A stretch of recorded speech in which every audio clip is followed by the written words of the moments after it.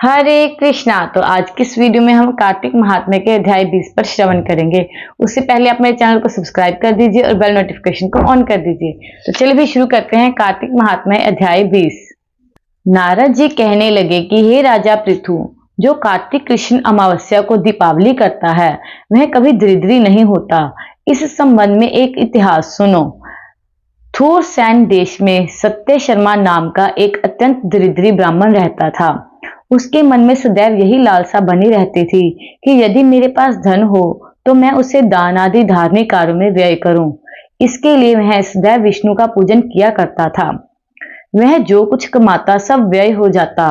तब उस दरिद्रता निवारण का उपाय पूछने पर एक विद्वान ने उसे बताया कि तुम धन की प्राप्ति के लिए शिव जी की उपासना करो। तब से वह शिव जी की उपासना करने लगा। निदान 1 वर्ष बीतने पर एक दिन शिवजी ब्राह्मण का रूप धारण कर उसके पास आए और बोले कि हे विप्र, धन की प्राप्ति हेतु तुम राजा के पास जाकर उससे वरदान मांगो कि कार्तिक वधी अमावस को हमारे सिवाय और कोई अपने घर में दीपक ना जलाए। ब्राह्मण ने ऐसा ही किया और राजा ने उसकी बात स्वीकार कर ली। निदान कार्तिक कृष्ण अमावस्या से एक दिन पूर्व अर्थात चतुर्दशी को सत्य शर्मा ने राजा के पास जाकर उसको स्मरण कराया तो उसी समय राजा ने सारे शहर में ढिंडोरा पिटवा दिया कि अमावस को कोई भी घर में दीपक ना जलाए। राजा की आज्ञा अनुसार अमावस की रात्रि को किसी ने भी दीपक नहीं जलाया। तब रात्रि को लक्ष्मी जी नगर में आई तो देखा सारे नगर में अंधेरा है, मगर एक ब्राह्मण का घर खूब सजा हुआ है, साथ ही दीपमाला से जगमग हो रहा है।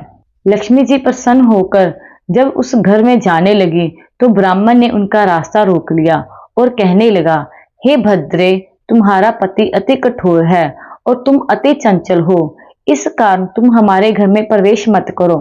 तब लक्ष्मी जी कहने लगी कि भगवान के शयन के समय में मैं आई हूँ, अतः निश्चय करके तुम्हारे घर में वास करूंगी।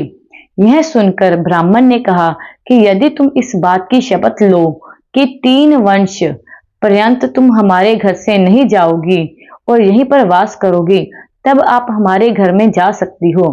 लक्ष्मी जी कहने लगी कि यदि तुम विधि पूर्वक पूजन करोगे तो मैं निश्चय ही तुम्हारे घर में वास करूंगी। यह सुनकर ब्राह्मण ने पूछा कि मैं किस विधि से तुम्हारा पूजन करूं। तब लक्ष्मी जी कहने लगी कि कार्तिक वधी अमावस को प्रातः का स्नान आदि करके देवता और पितरों का पूजन करो। दिन के तीसरे भाग में श्राद्ध करो।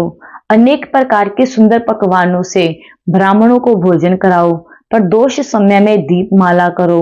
अपने घर में तुलसी के स्थान पर, ब्राह्मण के घर में, देव मंदिर में, चौराहे, शमशान तथा गौशाला में दीपक जलाओ। जैसे पतिव्रता स्त्री पति के पहले जागती है, वैसे ही मैं भी भगवान के जागने से 12 दिन पहले जागती हूँ। इस दिन बाल, वृद्ध तथा रोगी के सिवाय और कोई भोजन ना करे। सायकाल हमारा पूजन करे। सबसे पहले स्वस्तिक वाचन द्वारा गणेश जी का पूजन करे, फिर कुबेर का पूजन करे और संकल्प करे। तत्पश्चात लक्ष्मी जी का पूजन करे। कैसा स्वरूप है लक्ष्मी जी का? कमल के आसन पर स्थित, कमल पुष्पों की माला धारण किए, कमल जैसे नेत्र वाली, गंभीर नाभि वाली, स्तन के भार से नम्र सुंदर वस्त्र धारण करने वाली, देवताओं के हाथियों द्वारा मणि युक्त घड़ों से स्नान करने वाली, कमल पुष्प हाथ में लिए ऐसी लक्ष्मी मेरे घर में निवास करे। सर्वप्रथम लक्ष्मी जी को आसन दे, फिर पाद्य, अर्घ्य, आचमन, स्नान, वस्त्र, धूप, दीप, नैवेद्य, जल, तांबूल, सुपारी, इन सब वस्तुओं को अर्पण करके नमस्कार करें। दीप जलाए और तमाम रात्रि भगवान का कीर्तन करें। इस प्रकार कुबेर तथा लक्ष्मी जी का पूजन करके ब्राह्मणों को भोजन कराए। तत्पश्चात बंधु बांधवों सहित आप भी भोजन करें। सत्य शर्मा ने विधिवत इसी प्रकार किया, जिससे उसके पास बहुत सा धन धान्य हो गया। इसके बाद उसने अनेक यज्ञ भी किए। फिर सत्य शर्मा विरक्त होकर मथुरा जी चला गया और वहीं पर समाधिस्थ होकर विष्णु लोक को प्राप्त हुआ।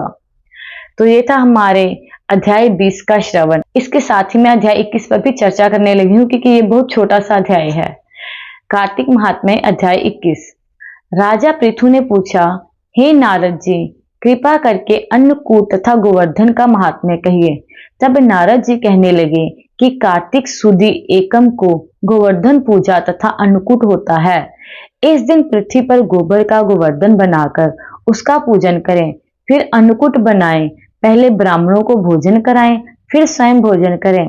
गो तथा वृषभ का पूजन करें। दिन के तीसरे भाग में मार्ग पालिका बांधें। इसी दिन जमात्र यानी कि जवाई का भी पूजन करें।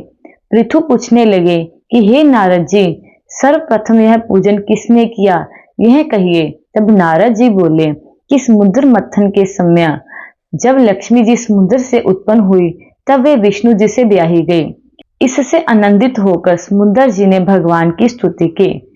तब विष्णु जी ने कहा कि वरदान मांगो। यह सुनकर समुद्र ने कहा कि हे भगवान, आप लक्ष्मी जी सहित मेरे यहाँ निवास करो। तब विष्णु ने कहा, ऐसा ही होगा। उसी दिन से दामाद का पूजन आरंभ हुआ है। जो कोई कार्तिक सुदी एकम को दामाद का पूजन करता है, वह सब पापों से छूट जाता है। तो यह था हमारा अध्याय 21 का श्रवण और चर्चा। तो यहीं पर मैं विराम देती हूँ। यदि आपको ये सब अच्छा लगा हो तो प्लीज कमेंट में हरे कृष्णा जरूर लिखिए। हरे कृष्णा।